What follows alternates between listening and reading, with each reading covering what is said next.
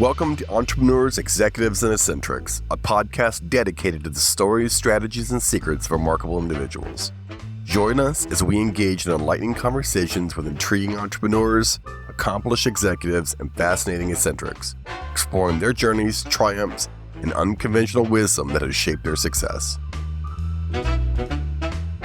Pull a tomato off the vine for the first time. At first, you watch them light up with that, and then you let them taste it, and then you really watch them light up. And that's such a joy for all of us to see those kids experience that for the first time. Get ready to meet John Rivers. He's a visionary entrepreneur and philanthropist with a deep passion for barbecue and community service.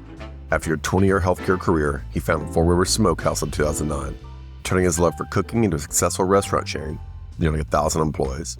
In 2005, he launched the 4Roots Farm Project, a 40-acre campus in Orlando focused on addressing food insecurity and educating people on sustainable agriculture. His dedication to improving both human health and the environment has made him a respected leader in both business and philanthropy. John Rivers, welcome, and thank you very, very much for doing this. My pleasure. I've been hearing legend of John Rivers at my time over at CuraScript. At the time, I'll kind of remind people you were the CEO of Priority Health, and you would cook barbecue in the parking lot. And I've been hearing these stories, right, for, I guess, probably since 2009, right, is when you started. So I've always wanted to meet you. So can you kind of tell us a little bit about 4Rivers and kind of how you started? Sure. Actually, it did start in the parking lot. So I'm back when I was in healthcare, 20 years career in it. Little girl back in 2004 had cancer, and we did some barbecue fundraising to help her family raise some money for her and her treatment. Loved it. Started what we called our barbecue ministry out of the garage. So for the next 4 years, anytime kids or schools needed money, I'd offer to write them a check, but I'd really ask them to push them, let me bring my smoker out and cook for them. And what you're referring to in the parking lot, it was just had a nice opportunity of the company to do a lot of barbecuing for them. We sold the company. I retired in 2007 and had full time to do the ministry of my garage at home. And 2009, that led us to open our first restaurant, 4Rivers Smokehouse in Winter Park. And now we're coming up on 15 years of anniversary of that, which is kind of hard to believe. It's gone by that fast. We're very blessed. We've got units all over the country now and almost 1,000 employees. So it's been a wonderful business to run, but it's really it's given us a platform to continue the ministry work, which is, we do it in all of the markets that we serve. But the biggest view of the application of it is here in Orlando, a project we called 4Roots Farm, something we started back in 2015. And we have been working on it ever since then. It was just an idea and a vision and a motivation to help feed some of these food insecure students and kids. And the more we dug into why they were food insecure, we also learned that they such a disconnect with agriculture and where food comes from, and then such a break in the food system. So we felt the need to do a little bit more, and here we are today. We just got CO 2 weeks ago on the first phase of buildings. So our classrooms are built and greenhouse is up and running. And next week, we welcome the Valencia students, Valencia Community College students onto our property for the first time. Okay, so let's drill into 4Roots a little bit more. Okay, so you have this passion for barbecue and also doing good. It feels like that's always been true. And I also read that you met your wife in Texas. Is that correct? I did. My first job took me from Florida, where I went to school and where I grew up, out to Dallas. And I always joke and say I met the two loves of my life when I was out there, my beautiful wife, Monica, and brisket, for the first time. I'm from Houston originally, and I can also second that barbecue is almost a religion there for sure. So would you say that you're a Texas style barbecue? And is that where you literally you jumped on and you never looked back? Is that where you kind of learned it was there? Yeah, I would say that. I grew up eating a lot of barbecue. Love to cook, always have, always worked in restaurants growing up. Used to go to barbecue up in Jacksonville with my grandpa every week at a place called Woody's and, or Bono's, and just, had a very special place in my heart. But when I moved out to Texas, I discovered a whole new barbecue.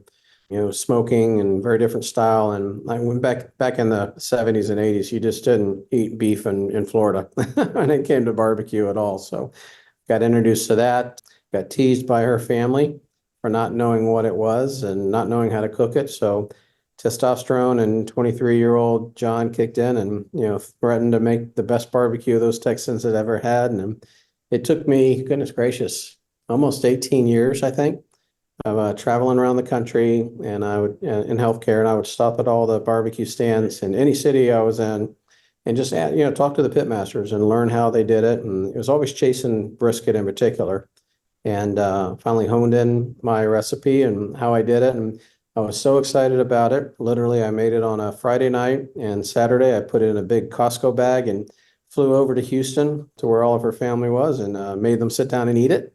Literally, it was still hot coming out of the smoker, and they gave me the thumbs up. So that was the start of my barbecue career. Yeah, Texas does not mess around with barbecue. It typically, where I grew up in Houston, the best barbecue was typically these kind of African American entrepreneurs that would have their own smokers. We'd be kind of driving home from high school, and there was this one guy over there on Highway 6. I don't know if you remember anything about Houston, Westheimer and Highway 6. There was always this million-year-old guy that would be smoking the barbecue for 2 days, right? Yeah. And that was the spot. You just knew that was Yeah. the spot. But Yeah. it sounds like you picked up little things across the United States in terms of methods and whatever. But that's awesome. Talk about doing what you love. But I mean, I don't know, the idea that you could take something like barbecue and make it into a career, which you have, is pretty awesome. So let's talk about 4Roots for a moment. So exactly how did you arrive here? My wife and I actually drove by your campus last week, and I think they were still trying to get things open. But how did you come to this conclusion? What led you here to open this giant campus? We didn't start by planning to build a 40-acre multi-million-dollar campus. We started just learning about the food insecurity at Orange County Public School, and that 20% of our kids live in food insecurity, which means that the only meal that they eat is the food that they eat at school. And it really moved Monica and I. We asked what about dinner, and they said they're not always getting dinner. And we asked about the weekends. They said they're not always getting weekends. It just kind of blew our minds, Scott, that was happening here in our own backyard. And the irony is we just came back from a mission trip in Africa where we expect to see stuff like that. And then we come back and it's right here in our own backyard. So it really moved us. We changed our mission work and said, let's go deep in our backyard and see if we can make a difference here. And we dug in and we started with food insecurity. And like I said, the more you dig into it, providing food is not going to turn it around. Do you remember Second Harvest Food Bank? Yeah, And I've the been old there before. CEO there, great guy named Dave Krepko. Dave was retiring after serving the CEO position, I think for 12 years. And I remember asking Dave what he learned, what was his big takeaway. And it really surprised me, Scott. He said that he learned that you can't food bank your way out of hunger. And I asked what that meant. He said that we're handing out more food today, not just as a food bank, but as a country, than we ever have before. But hunger is still increasing year over year. So it's fighting it, but it's not fixing it. So we shifted gears away from just providing food to me, to drive change. Change starts with education and awareness. And so we said, let's start teaching these kids where food comes from. And as we dug into it, we literally started learning, discovering a lot of our students don't know that tomatoes come from the ground. And, as odd as that seems to us, or as unbelievable that seems to us, it's, these kids grow up in the city, downtown and Pine Hills and Paramore. They just don't have access. They don't see a farm. They're not taught about it. So we said, let's build a place that students can come to, parents can come to, professionals can come to, primary healthcare providers can come to, and really start teaching them about the relationship and the harmony between human health and planet health. And it really just started to roll from there.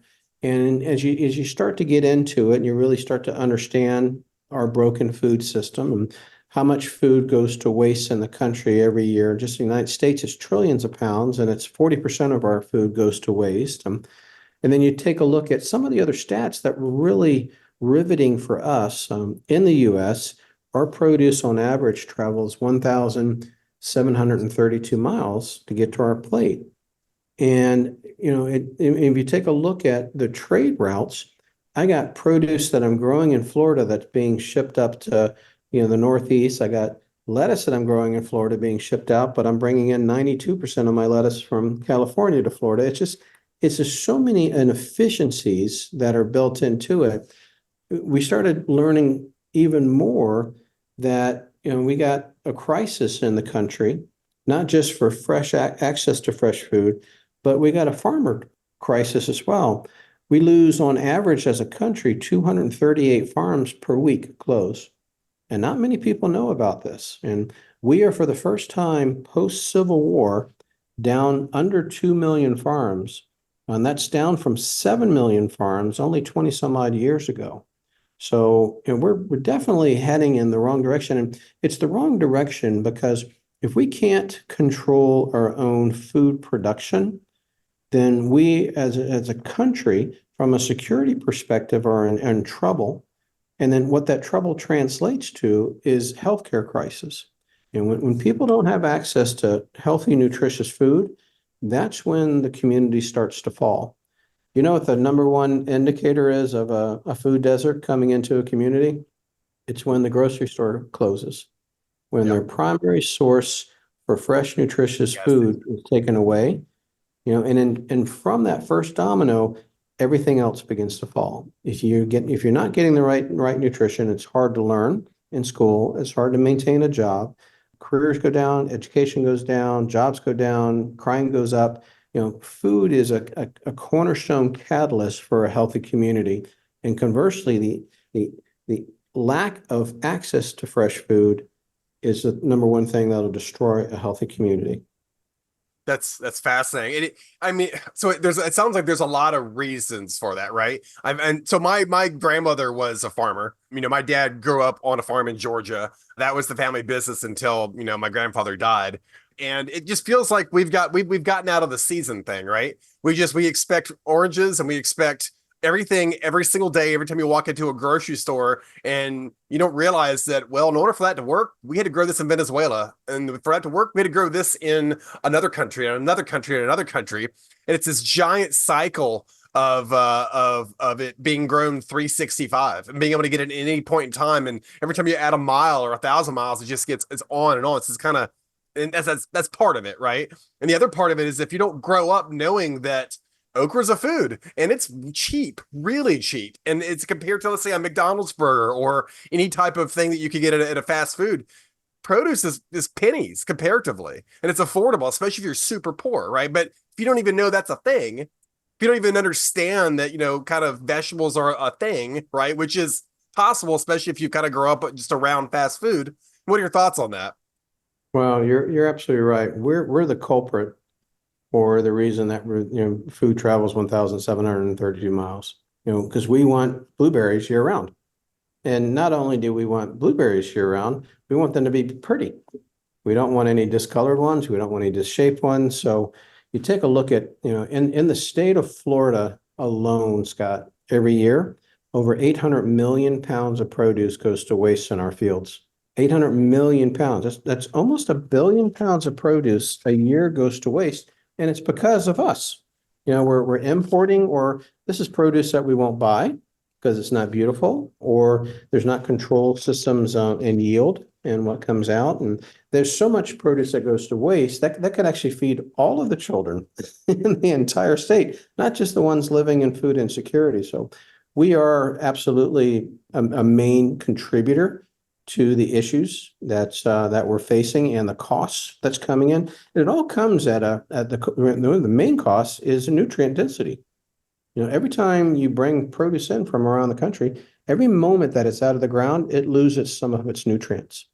And by the time it gets to us, produce could be a week old, 2 weeks old. It's lost a lot of it.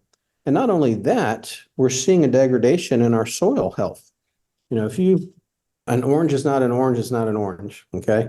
If you take an orange from, I think it was 1982 is the stat I was reading, and you do a phytonutrient analysis on it, and that orange is going to produce this block of nutrients. Okay. In order to get that same block of nutrients off the same grove, okay, in today's soil content, you actually have to eat 8 oranges. That's how much is called soil drop. And that's how much the health of our soil has dropped over the years because of over fertilization, over chemicals, over tilling. We're just not taking care of our soil. And I tell you, people don't appreciate it yet. And I didn't, quite honestly, before I started this journey, but there is 100% correlation between planet health and human health. And if the planet and Mother Nature and the soil goes down, so do we. And people don't understand that. We've always lived knowing that there is nature, but we've never lived with an appreciation that there is a codependency on nature.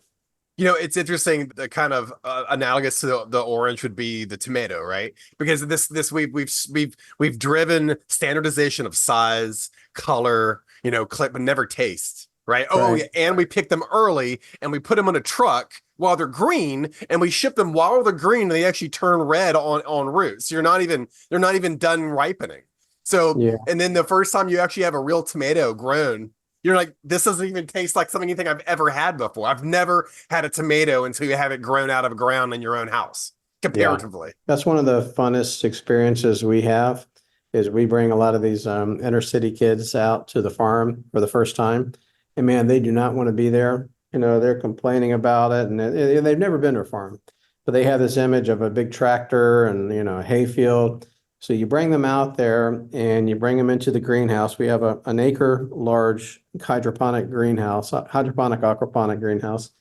And we let them pull, a carrot out of the ground or pull a tomato off the vine for the first time. At first, you watch them light up with that, and then you let them taste it, and then you really watch them light up. And that's such a joy for all of us to see those kids experience that for the first time. So you're doing aquaponics.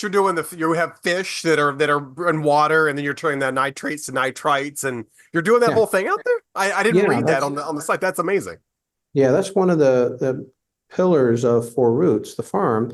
We have 9 different growing systems on one campus. And to my knowledge, I don't think any other farms can boast of that. And it's truly a research and a show facility. It's not a high production yield, traditional farm. It's so that we can bring different farmers on and show them different styles. We do some research today. You take one seed, and we did this for one of our tomato farmers for this beautiful tomato that they make. And they swore you couldn't grow it inside of a controlled environment. I said, well, give me some seeds and let's see what we can do. And we can take that one seed, drop it in 9 different growing systems just in the greenhouse itself. And we have 5 of them producing these beautiful, wonderful tomatoes that come out. So now I can teach that farmer exactly, how we did it and what we're doing. So the whole system is powered by fish, hence aquaponics. So we created a closed loop system. We collect all the rainwater that comes down. We have these huge basins that collect them. That rainwater goes into our fish tanks, where we have 400 tilapia today. Tilapia are omnivores, so they're eating all the leftover roughage, any vegetables, any greens whatsoever that's going to waste. They eat that waste and then they produce their own waste, which we then filter, and we turn that into our natural fertilizer. And not only is it fertilizing all the plants in the greenhouse, but Scott, we put the entire farm campus, which you can see behind me here. Everything from a water system has a reservoir underneath it. So those fish are actually fertilizing the entire farm campus using food that went to waste on the field and using rain that fell out of the water that fell out of the sky. How in the hell did you do that? I mean, did you have this? It feels like you had an idea. You're like, okay, let's start hiring the best. So let's go figure out who knows how to do these things. And like, how did this happen? There's great value in not rushing into a business. I'm a big fan of a saying that I came up with a long time ago. It's called invest a little, learn a lot. And I promise you that the system that we have today and the design that we have today was not the same system and design we had certainly in 15, but not even like 18 or 19. You just keep, you're learning, learning is an iterative process. And you've got to take, the first couple steps in order to get to the next ones. And so many times we do one of two things. We either take those first steps and figure, okay, we've got it, we're done, or we just try to rush and get to the end. And, I guess at my age, you learn to appreciate and enjoy the journey, and even, we've got it designed and drawn now. I won't put it past us that it could change before we get to the last phase of it, which I hope it does, because that means it's improved. I don't know. It's just, I don't know. You seem you are a man who you see something and you're like, well, I'm going to go learn everything I can about it until I become good at it. And then it's just kind of iterative process. And that's just glorious. Can we drill back just for a second back to the aquaponics thing? I've always had I've read a couple of books on this topic, and I had a small home hydroponic company years ago, 10 years ago, called 0 Mile Farms. There was these little kind of kits you could do, and you could actually grow lettuce and whatever. How did you specifically get that to yourself? Were you doing this at your house? Like, where were you doing this to kind of learn, along the way? No, I certainly researched and learned. I've always been actually fascinated with it. Back in, I'm going to answer it two ways, okay? I don't want to take the miscredit here. Back in college, back in the 80s, my thesis paper that I wrote was taking what was called fish farming back then. It was all catfish, and designing a system that fed off the aquifer in order to grow and mass produce redfish, which would have been the first saltwater fish produced in an environment like that. I picked redfish because they require such a low salinity ratio. So I've always been fascinated with sustainability, fascinated with, I guess, fish and water, fascinated about the environment and protecting it. That said, the system we have today, I have that much influence on it. We got people that are much smarter. We got a great farmer locally here. He's our head farmer. And then we brought in a system from Israel. So I do diligence research around the world and to try to find the most efficient hydroponic system. And Israel, by far, Israel and Netherlands, those are the two areas that are really leading the world right now. So we flew to Israel and met some of the engineers and liked the system and liked the company, and that's the one we brought over here.